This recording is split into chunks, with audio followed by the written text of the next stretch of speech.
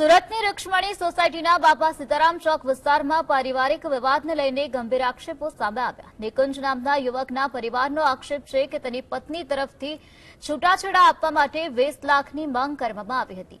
પરિવારના જણાવ્યા મુજબ સોસાયટીમાં પોલીસની હાજરીમાં નિકુંજની માતા સાથે મારામારી થતા તેમને ઈજા પહોંચી અને સારવાર માટે સ્મીમેર હોસ્પિટલમાં ખસેડવામાં આવ્યા। પરિવારનો વધુ આક્ષેપ છે કે કથિત ત્રાસના કારણે તેઓ છેલ્લા 8 દિવસથી પોતાના જ ઘરે જઈ શકતા નથી। નિકુંજની પત્ની સામે જાહેરમાં ગાળો આપવાનો પણ આક્ષેપ કરવામાં આવ્યો।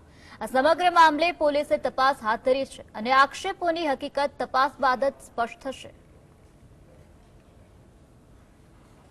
સાથે મારા નાના દીકરાને એવો છે 3 વર્ષથી અમને હેરાન કરે છે।